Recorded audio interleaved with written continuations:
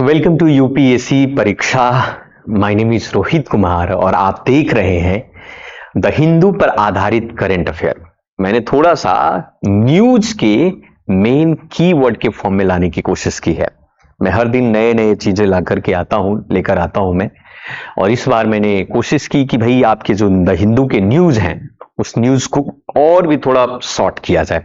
ठीक है, बाकी आप अंतिम तक बने रहें और नए हैं तो इस चैनल को जरूर सब्सक्राइब करें। चलिए आज का न्यूज क्या है इसको हम देखते हैं। सबसे पहला आज के न्यूज का पेज नंबर 1 पर रिपोर्ट है आपको नीति आयोग से related. Niti Aayog report on higher education spending. अब एजुकेशन की बात कर रहे हैं साहब, 74-75% से ऊपर भारत देश के लिटरेसी रेट है, लेकिन उसमें कितना एजुकेशन है वो आपको पता ही होगा। भारत में एजुकेशन के मेजरमेंट पैरामीटर लिटरेसी के फॉर्म में होता है, यानी कि साक्षरता, यानी कि अगर अक्षर का ज्ञान हो, लिखना पढ़ना हो। लेकिन मेरा माने तो एजुकेशन का मतलब कुछ और ही होता है। एजुकेशन का मतलब सिर्फ साक्षरता नहीं हो सकता है। आप कह सकते हैं ह्यूमन डेवलपमेंट इंडेक्स में रैंक को इंप्रूव करने में मदद करेगा, परंतु एजुकेशन सिस्टम में R&D नहीं होगा, रिसर्च एंड डेवलपमेंट नहीं होगा। एक प्रॉपर क्या कारण है कि भारत देश में मैक्सिमम से मैक्सिमम लोग ग्रेजुएशन में वो एक पर्टिकुलर स्ट्रीम लेते हैं और वो स्ट्रीम छोड़ करके दूसरे स्ट्रीम में चले जाते हैं। तो कहीं ना कहीं मुझे लगता है कि वो सिस्टम में कहीं ना कहीं कमी है, जो अपने स्ट्रीम को फॉलो नहीं कर पा रहे हैं। बाकी तो मन की बातें हैं, जो चाहे वो फॉलो करे। वैसे ही जैसे मैं इंजीनियरिंग बैकग्राउंड से हूं और मैंने सिविल सर्विसेज में अपना भाग्य आजमाया, और लकली कहे या अनलकली जो भी कुछ मुझे प्राप्त हुआ, मैं हैप्पी हूं। तो अभी आप देखोगे तो यहां पर जम्मू कश्मीर सबसे ज्यादा हाईएस्ट एजुकेशन पर जीडीपी का 8.11% खर्चा कर रही है। वहीं पर उसके बाद मणिपुर 7.25 के साथ दूसरे नंबर पर, और मेघालय 6.64। वहीं पर दिल्ली 1.67, तेलंगाना 2%, कर्नाटका 2.1%। महाराष्ट्र में कहा गया कि भाई 11,421 करोड़ रुपया जो एब्सोल्यूट हायर एजुकेशन फंडिंग पर खर्च हो रहा है।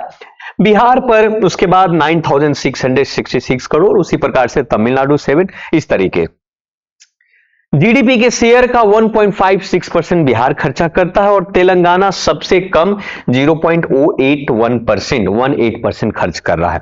एजुकेशन मोस्ट इंपॉर्टेंट है और सरकार को एजुकेशन पर पैसा खर्च करना चाहिए, क्योंकि एजुकेशन पर पैसे जब खर्च होगा तो ह्यूमन कैपिटल बेस्ड होगा, यानी हमारा ह्यूमन डेवलपमेंट होगा। अगर इकोनॉमिक्स आप समझते हैं तो आपको सरकार को इस पर ध्यान देने की आवश्यकता है, क्योंकि यहां पर अगर आप देखो तो यूपीएससी के पॉइंट ऑफ व्यू से स्टेट और सेंट्रल के फंडिंग से रिलेटेड है। आपके एग्जाम में प्रश्न पूछ सकता है कि how does public spending on the higher education impact economic और social development in India. Discuss with the recent जो नीति आयोग का रिपोर्ट है उसको भी डिस्कस करें। तो देखो इकोनॉमी और सोशल डेवलपमेंट किस प्रकार से इंपैक्टफुल होता है और इंप्रूव्ड होता है, ये आप समझ सकते हैं। दूसरा न्यूज की तरफ अगर हम चले तो इंटरनेशनल रिलेशंस का न्यूज है, GS सेकंड का है, और ये रिलेशन है यूके और इंडिया के बीच में। अब ये आपका डिफेंस एक्सपो चल रहा है, आपको पता होगा एरो एक्सपो में। तो यहां पर आप देखोगे कि इंडिया और यूके के बीच में डिफेंस पार्टनरशिप मजबूत हुई है, एरो इंडिया के नाम से, जिस प्रकार से बेंगलुरु में चल रहा है ना, उसी के दौरान। तो मैं आपको बता दूं कि भारत और यूके के बीच में एक बायलैटरल हुआ, और उस बायलैटरल के दौरान भारत और यूके के बीच में डिफेंस में एक तरीके से मजबूती साझेदारी की बात कही गई। क्या है समझते हैं।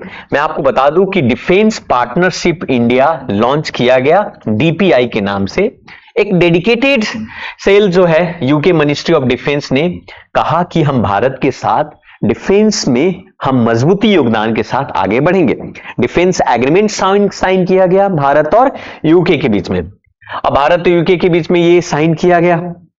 अब क्या क्या हुआ इसमें, क्या साइन किया गया भाई, तो प्रोडक्शन ऑन MNPD और LLM, यानी कि light weight multi role missile, है ना, इससे संबंधित है आपका, और मैन पोर्टेबल डिफेंस से रिलेटेड है उसका। उसी प्रकार से SRAM असेंबली फैसिलिटी हैदराबाद में जगुआर को लेकर, जगुआर और LCA MK, फिर statement of intent of IFEP system, integrated full electric propulsion Indian navy से रिलेटेड। उसी प्रकार से थाले यूके भारत और डायनेमिक इन दोनों के बीच में लेजर बीम, यानी इन सभी चीजों को लेकर भारत और यूके के बीच में एक तरीके से बायलैटरल हुआ डिफेंस को मजबूत करने के लिए।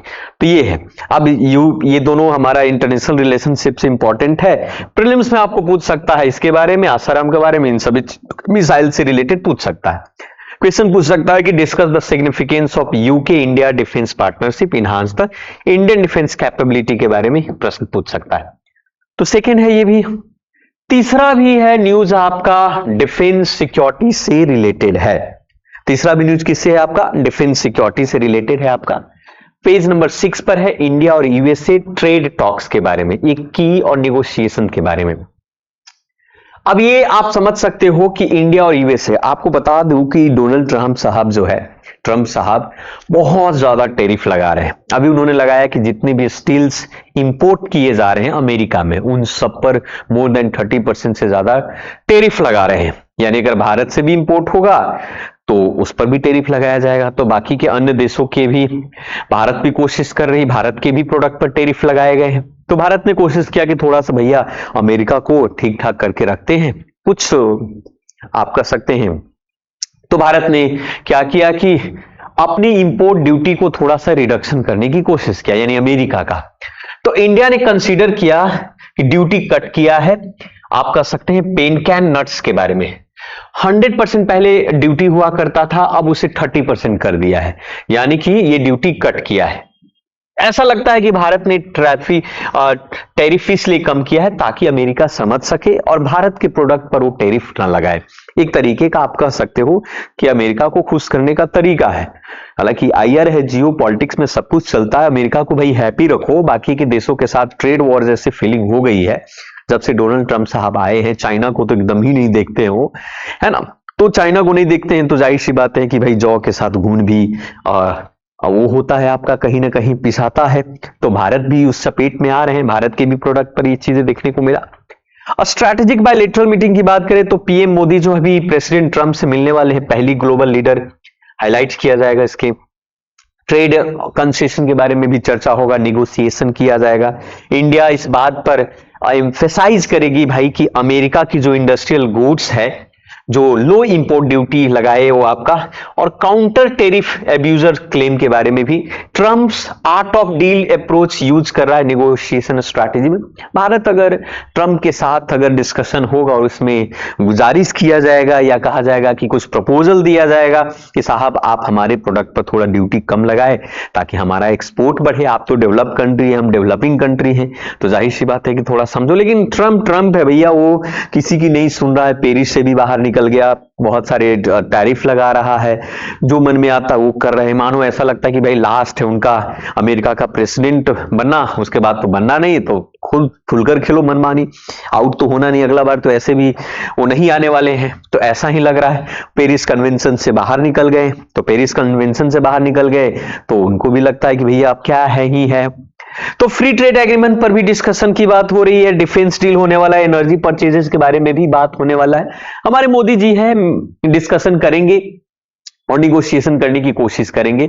तो इंटरनेशनल रिलेशन में एक तरीके का कह सकते हो ये नीचे क्वेश्चन है, examine the key challenge opportunity, और इन सभी चीजों के बारे में एक एडिटोरियल है, उस एडिटोरियल को भी हम लोग समझ लेते हैं। एडिटोरियल है आपका इंडिया श्रीलंका फिशरी डिस्प्यूट को लेकर के।